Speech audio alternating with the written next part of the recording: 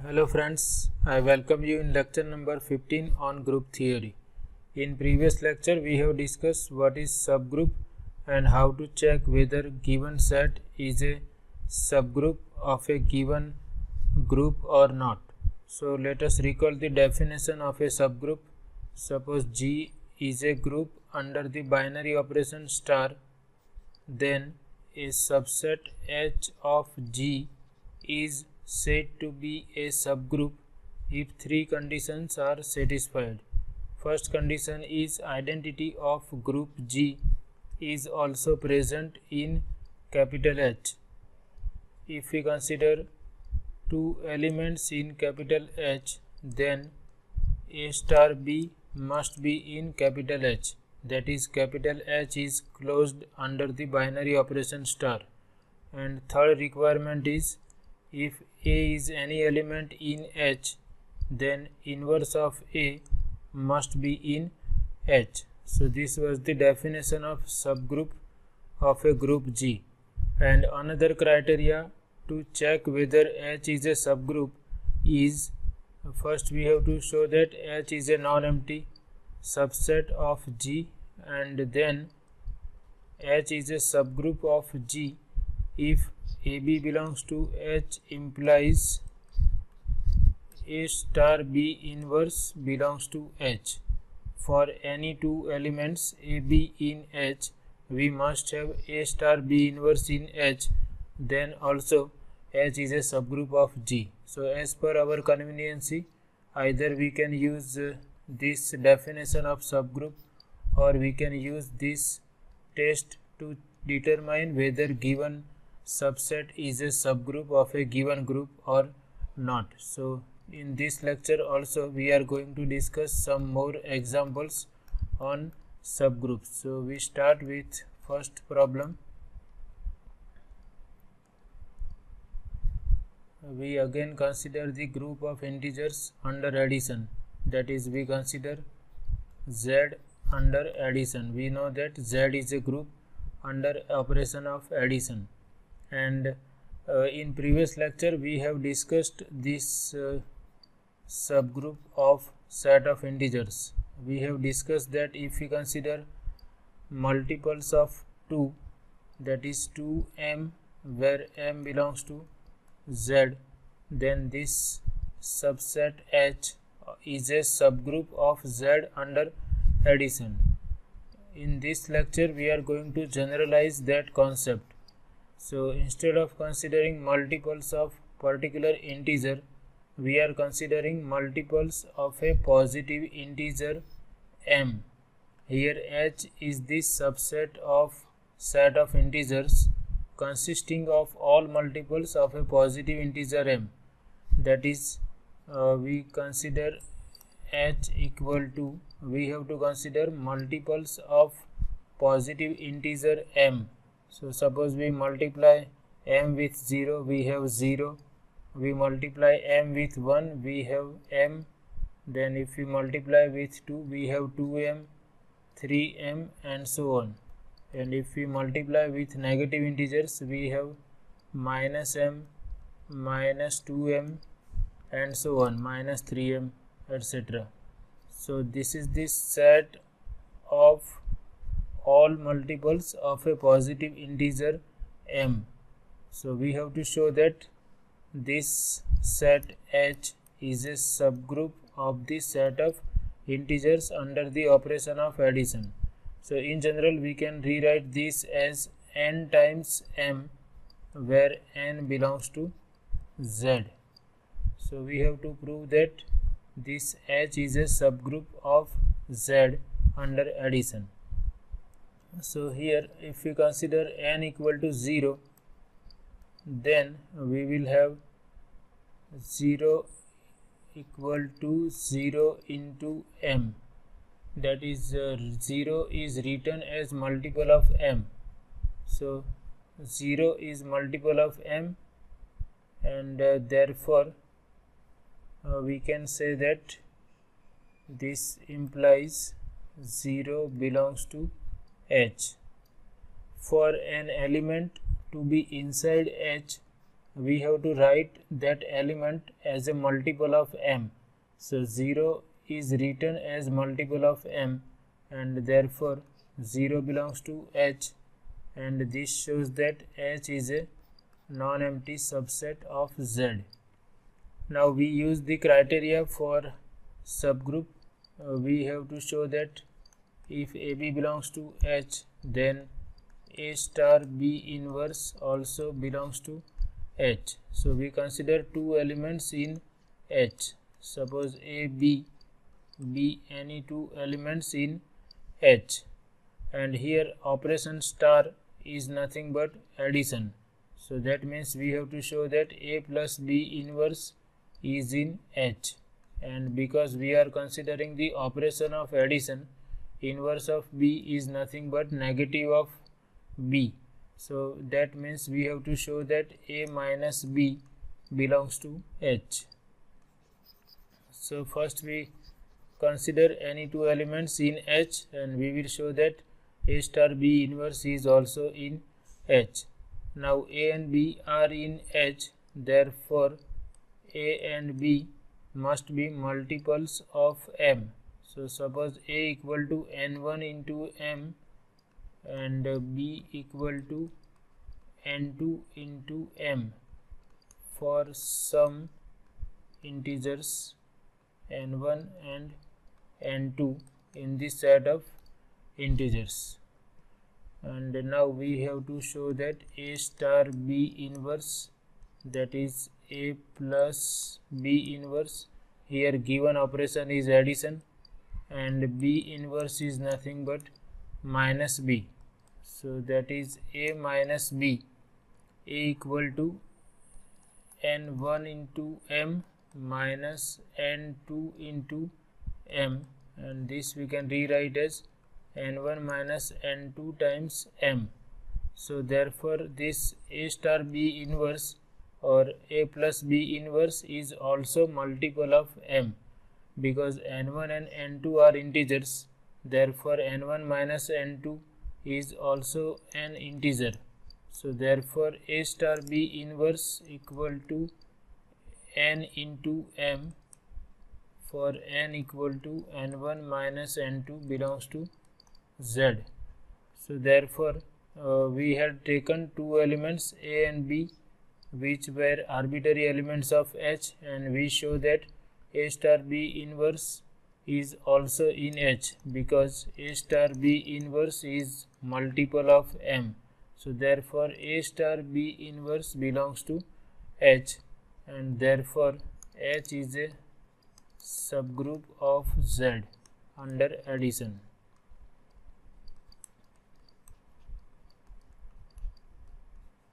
So this is in general case. If we consider any positive integer M, and if we consider multiples of M, then this set is a subgroup of Z under addition.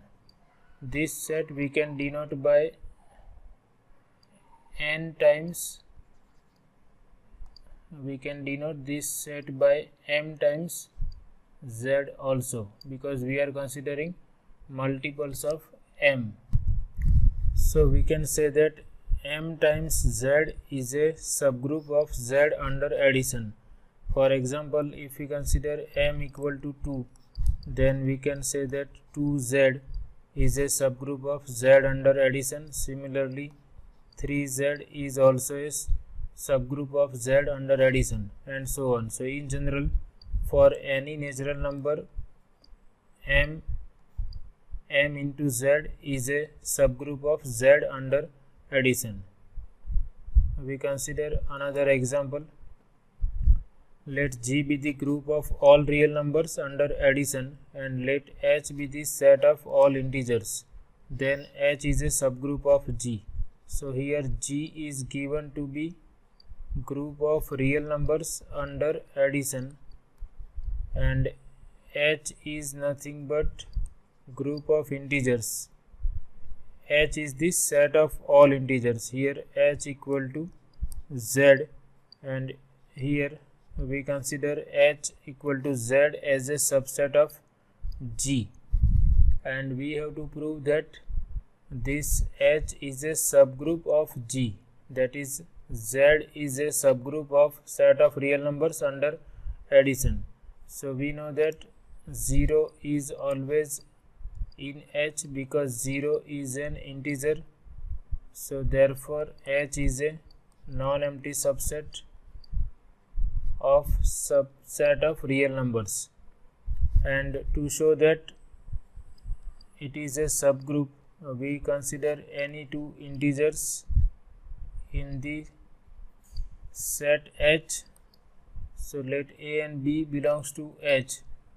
Then it is obvious that A star B inverse equal to A plus minus B or A minus B. So if A and B are in H, then A and B are integers, and difference of any two integers is also an integer.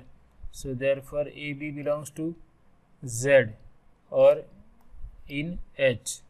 So for any A and B in H, A star B inverse is also in H, and therefore H is a subgroup of G under addition, or simply set of integers is a subgroup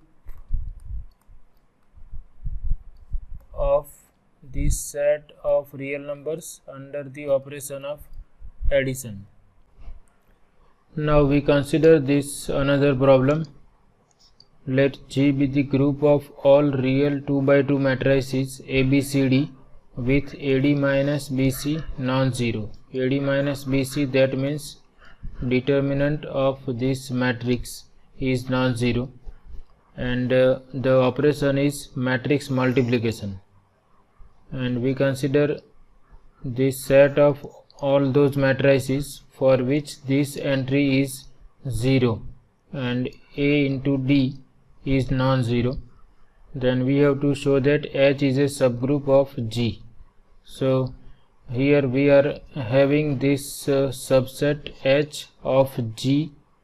First we write down what is group G. Group G is the set of all 2 by 2 real matrices, that is ABCD are real numbers. So here we write ABCD belongs to R, and AD minus BC, that is determinant of all these matrices, is non-zero. So this is our group G. It is a group of all 2 by 2 matrices with real entries and determinant non-zero. Among all these matrices, we consider those matrices for which this entry is 0. So here we consider AB, and this entry we consider 0. So all these matrices are also present in group G, and here we consider ABD belongs to R, and A into D is non-zero, and we want to prove that this H is a subgroup of G.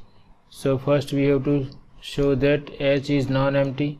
So it is clear that there are infinite number of elements of this type. We can consider identity matrix. So it is obvious that this 1 is real number and 1 into 1 is non-zero. So this is an element of H. So H is a non-empty subset of G. Now we consider any two matrices in H. Let A equal to, suppose we use the notation A1 B1 0 D1, and B equal to, here we use suffix 2, A2 B2 D2 and 0. Let these two be any members of given subset H of a group G, and because these two are in H, we must have all these ai, bi, di real numbers, and multiplication of diagonal elements must be non-zero. So a1 into d1 is non-zero and a2 into d2 is non-zero. So these two are arbitrary elements of H, and we have to prove that A star B inverse, that is A into B inverse here star operation is matrix multiplication. So here we can write A into B inverse must be in H. So for that we write down what is A into B inverse. Before that we write down the inverse of B.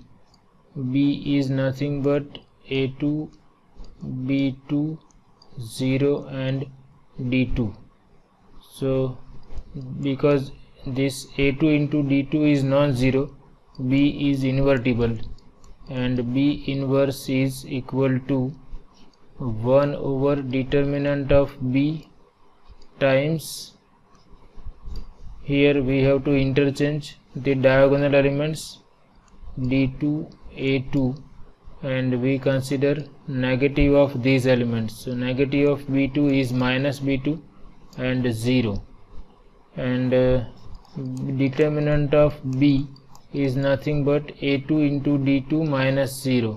So that means 1 upon A2 D2 minus 0, that is 1 upon A2 into D2, and we keep all these things as it is, 0 A2. And now we find out what is A into B inverse. So A is nothing but A1 B1 0 D1, and we can write B inverse in the product 1 over A2 D2. This is D2 minus B2, A2 and 0. This 1 upon A2 D2 is scalar quantity that we can rewrite here, and now we multiply these two matrices. So we consider first row of this matrix and we take its product with first column. We multiply corresponding entries. So first entry of this row into first entry of this column, that is A1 into D2, plus second entry into second entry, so it is 0. Then we consider this row again and with this second column. So A1 into minus B2, that is minus A1 times B2, this entry into this entry, and then B1 into A2, so plus B1 into A2. Then we move towards the second row first column, that is 0 into D2, which is 0, plus D1 into 0, so it is again 0, then 0 into minus B2, which is 0, and D1 into A2, or we can write A2 times D1. So now this we can rewrite as, we keep this as it is for the time being, and this we rewrite all these things. A1 D2, this is minus A1 into B2 plus A2 into B1, this is 0, and A2 times D1. And now we can multiply this 1 upon A2 D2 with each entry. So here we have A1 D2 divided by A2 D2, and here also, or we can, without multiplying also, we can check whether this is an element of H or not. So for this to be an element of H, all these entries must be real numbers. So because this A and B we have taken from H. Here we have taken A and B from H, and therefore all these entries A1, B1, D1, A2, B2, D2 are real numbers, and their product and division is also a real number. So all these entries are real numbers. Now another thing we have to check is product of these two must be non-zero, and of course we have to consider this in the division. So we must check whether A1 D2 into A2 D1 divided by A2 D2. Now we know that A2 times D2 is non-zero because B is an element of H. So if we wish, we can cancel out. So A2 D2 will cancel out, and we will have A1 times D1, and that is also non-zero because this A is an element of H. So because A is an element of H, A1 D1 is non-zero, and because B is an element of H, A2 D2 is non-zero, so that we can cancel out. So this we have to write systematically. So now, or we can consider this. Okay, it is better that we go in that way. Now we consider A1 D2 times A2 D1 over A2 D2. A2 D2 will cancel out, and we will be having A1 times D1. So why A2 D2 is cancelled out? Because B is an element of H. That means A2 D2 is non-zero, and therefore we can cancel it out. And this is also different from 0 because A is an element of H. This implies A1 D1 must be non-zero. So if we consider multiplication of diagonal elements for A into B inverse, then that turns out to be non-zero. So therefore this shows that A into B inverse is also an element of H, where A and B were arbitrary elements of H. So therefore this shows that H is a subgroup of G under the operation of matrix multiplication. Now we consider another example. Let G be the group of non-zero real numbers under multiplication, that is G equal to set of all real numbers excluding 0, and that is considered under the operation of multiplication. Check whether the following are subgroups of G or not. So we are considering two subsets of G. First one is H equal to, we are considering those elements of G, that is we are considering those non-zero real numbers which are irrational, or we are including 1. So X belongs to G such that X equal to 1 or X is irrational. And another subset is we are considering those non-zero real numbers which are greater than or equal to 1, and we are asked to check whether these two are subgroups of G or not. So we can use the definition. Okay, suppose we want to prove that H is a subgroup of any group G, then we should check three conditions. Identity is a member of H, then H is closed under addition, that is if AB belongs to H, A star B must be in H, and if A is any member of H, its inverse must be in H. So we will check for these three conditions. In this problem we are using the definition. Now suppose we start with h, then this h is nothing but those non-zero real numbers which are irrational, that is either x equal to 1 or x is irrational. So clearly identity is in h. So first condition is satisfied. Now we check for second condition. So for second condition, if we take any two elements in h, that is if we take any two irrational numbers, then x into y must be an irrational number, or it must be 1. So this seems that it is not possible that product of irrational numbers is always irrational number. So we get the idea that h might not be the subgroup of G. Now if h is not a subgroup of G, then you have to show that at least one condition is not satisfied.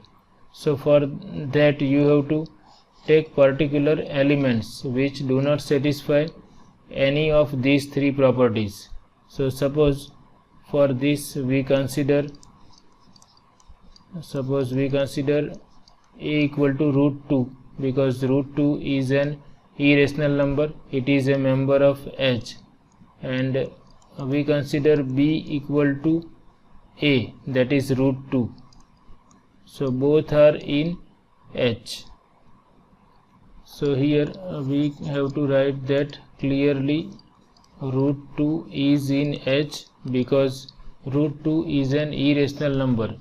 Now we check for a star b. A star b, that is here we have standard multiplication operation, a into b. So we can see root 2 into root 2, that is 2, but 2 is not rational, it is not irrational because it is rational. So therefore we can say that therefore a into b is not a member of H. A and b are in H, but a into b is not a member of H. So this second condition is not satisfied, or we can say that H is not closed under the operation of multiplication of real numbers. So therefore H is not a subgroup of given group G. So whenever your subset is not a subgroup, you have to give counter example, or you have to show by taking particular elements for which any of these three properties is not satisfied. Now we consider second set. It is the set of all those real numbers which are greater than or equal to 1. So we check whether this is going to be a subgroup or not. K is given to be set of all those real numbers which are greater than or equal to 1. So here also we have to check whether all the conditions are satisfied or not. So for example, if we consider x equal to 1, then a, because x is greater than or equal to 1, 1 belongs to K. Similarly, suppose we consider two elements, say x and y in K, then x will be greater than or equal to 1, y will be greater than or equal to 1. So if we consider multiplication of x and y, then that is also going to be greater than or equal to 1. And third property is, if we consider any element in K, then its inverse must be in K. X belongs to K must be implying that x inverse is also in K. So we have to think whether this is possible for all the elements which are greater than or equal to 1. And we recall that if we consider the operation of multiplication over this set, then inverse of any real number x is nothing but 1 by x, that is reciprocal of x. So suppose we consider arbitrary real number, say x equal to 2, then if we consider x equal to 2, then inverse of x is going to be 1 by 2, and because 1 by 2 is less than 1, we can say that x inverse is not in given set K. X is in K because this 2 is greater than 1, so 2 is in set K, but inverse of 2 is not in K, so that last property is not satisfied. So therefore K is also not a subgroup of G. So we can say that for x equal to 2 belongs to K, x inverse equal to 2 inverse, which is 1 by 2, which is less than 1. So therefore x inverse is not in K. So therefore x belongs to K, but x inverse is not in K for x equal to 2 belongs to K. So therefore K is not a subgroup of G. So in this way we can decide whether a subset of a given group is a subgroup or not. So this is all about this lecture. I hope you like it. Thank you very much.